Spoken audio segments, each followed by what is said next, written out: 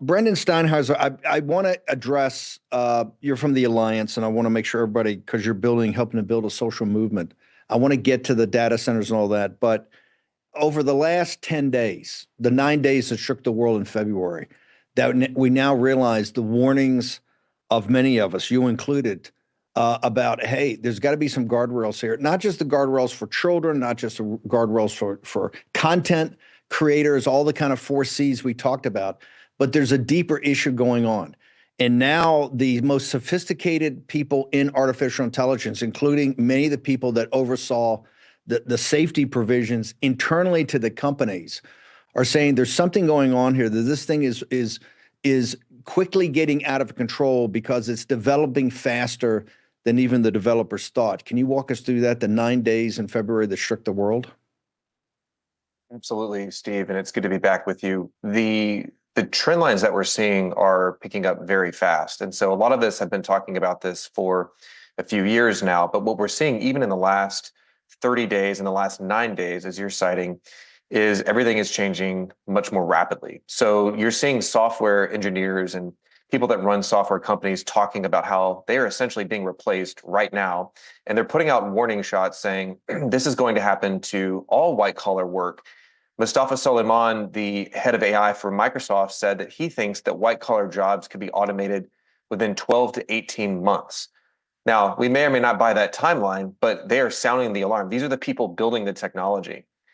We had OpenAI just in the last week, people fleeing that company, leaving that company, saying they're not taking safety seriously, they're not taking security seriously. And so, some folks who've left OpenAI and Anthropic, one of the other companies, have said the world is in peril. They're literally going to go do something else with their lives because they're so concerned that we're on the wrong path here. We've had questions, obviously, about the finance side of this, about whether there's an AI bubble or this circular financing that's creating all these potential problems in the economy.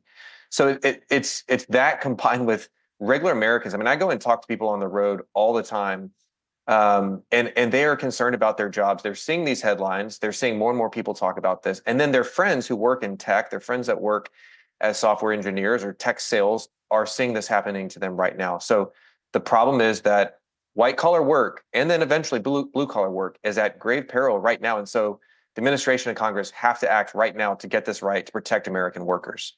I want to go back. They've eviscerated $1 trillion of value in software companies the other day, and it's ironic that the software engineers were the ones that kind of worked on this and did it. But when you say 12 to 18 months, I've actually talked to some people thinking come in there.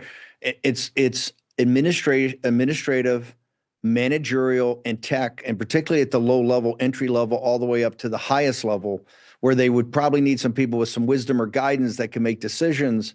But that this evisceration, particularly of tech workers, is gone far more rapidly than they thought. As we warned that, hey, once this thing picks up steam, you have no idea how quickly it can build on itself. And I'm hearing that, hey, what used to take, what they could concentrate for 4 minutes, now they can concentrate for 4 hours. Next week, it's going to be 4 weeks. The week after that, it's going to be 4 months. It's going to be 4 years. This is accelerating at an accelerating rate and scaring the absolute people that have been the biggest kind of apostles about this, that they're actually frightened right now. And you can see this in the stock market. You can see it's going through, particularly software. It hit last week, $1 trillion in value ripped from these software companies, a lot of whom are saying, well, we're trying to do, AI agents and you're still going to have humans. That's just not working out. The bots and the agents are actually taking over and being prepared to take over in a much quicker pace. Are they not, Brendan? They are. And this idea that you'll hear more about, many of the audience members will hear about this recursive self-improvement. That's kind of what you're alluding to there. The idea that AIs are now going to be improving themselves. We've seen this already a little bit. The engineers, the people who are, overseeing this process are saying AIs are going to basically improve themselves. They're going to create better and better AIs, and it's going to lead to this exponential growth and capabilities. So that's what's happening right now. We're sort of entering that stage. And I have to say, too, one of the other things I've witnessed just in the last couple of weeks is how some of these CEOs, again, especially Dario Amodei, the head of Anthropic, Elon Musk, the head of XAI, they're going out there and basically telling the world what's about to happen. And I don't know if it's a guilt complex or they're trying to, do a CYA or it's something else. but they're basically putting it out there saying what we are doing is going to replace you. It's going to replace white collar workers and blue collar workers. There's really no escape from this unless we do take some pretty drastic measures in terms of looking at this topic more seriously, studying this, figuring out where we're going. How do we get this right to make AI go well for humanity? Because if we don't, then it could be too late. And all of a sudden, not only are we out of a job, in which case we lose our work, our income, our human dignity, but then this thing becomes so advanced that we lose control of AI completely. And that's where people really worry about these loss of control scenarios leading to AI just being the successor species to human beings. Brendan, hang on for a second. This is not science fiction, folks. This is science fact. What did the poet tell us, the French poet from World War I? See what you see. Here's your host, Stephen K. Bannon. Brendan Steinhauser, and we'll come on later in the week. I'll get the group back together to talk about, you got to get this Utah legislation. You've got Ron DeSantis digging his heels in Florida because he's not seen at the federal regulatory level, regulation level coming together. Our bills bouncing around.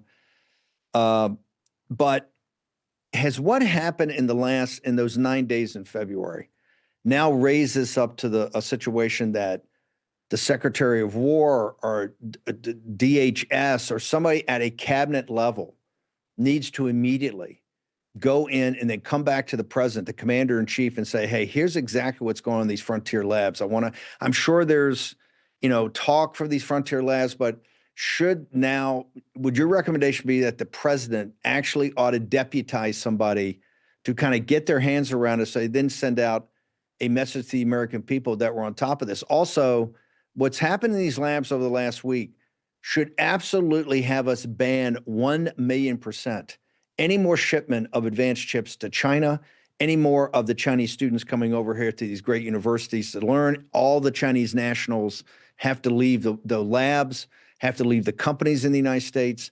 If the big threat here is to have China get control of this, then we have to go to the 100%, as close as we can get to 100% probability that they have no access to American technology, training, education, or capital. At the same time, the frontier labs, somebody's got to go in the frontier labs. I've warned about this, right? That somebody's got to go in there and actually find out what's happening and report back to the president, sir? Absolutely. So I'll start with the second point quickly and say we have to choke off the supply of advanced chips to China. We have to pass legislation like the Chip Security Act that Senator Tom Cotton from Arkansas has been championing. There's another House bill moving to the House Foreign Affairs Committee now, hopefully to the full House, the AI Overwatch Act. Those are a couple pieces of legislation that are similar in that they're trying to restrict access to chips from China. That's critical in this effort. Going back to your first point, though, yes, I think the president needs to have someone who is focused on national security, who says we have to have transparency and accountability. We need the federal government to have oversight on the frontier labs. There needs to be mandatory testing. We need to have eyes on these frontier models, which are potentially building artificial general intelligence or super intelligence. That is the path we're on. And right now, there's no access, there's no transparency, there's no accountability. And so we definitely need someone at that level to do that. And there is a bill there as well by Senator Josh Hawley from Missouri. He's championing the AI Risk Evaluation Act, which would do just that. And it would give that authority to the federal government to say, I think the legislative part of this is fine, but I think this is a national security issue that has to be addressed right away. This is not coming from the Max Tegmarks or the Brendan Steinhausers or the Mark Beals or the Jason Van Becks, all the people we have on that are working on this professionally every day. This is coming from people in the industry. This is coming from the top people in the industry. A lot of these people are just saying, you know what? This thing's so far gone. I'm going to go, do pottery because I'm not so sure where humanity is going to go. And I've worked on the safety issues. I'm going to go garden. That should be a major flare to the American people that something is up here and we just don't have our hands around it. Brendan, where do people go? The Alliance, you're trying to form a massive social movement here. Where do people go? You can follow us on social media channels at Secure AI Now, and then our website is secureainow.org. Brendan, thank you so much. Brendan Steinhauser, thank you so much for joining us, sir. Secure AI Now.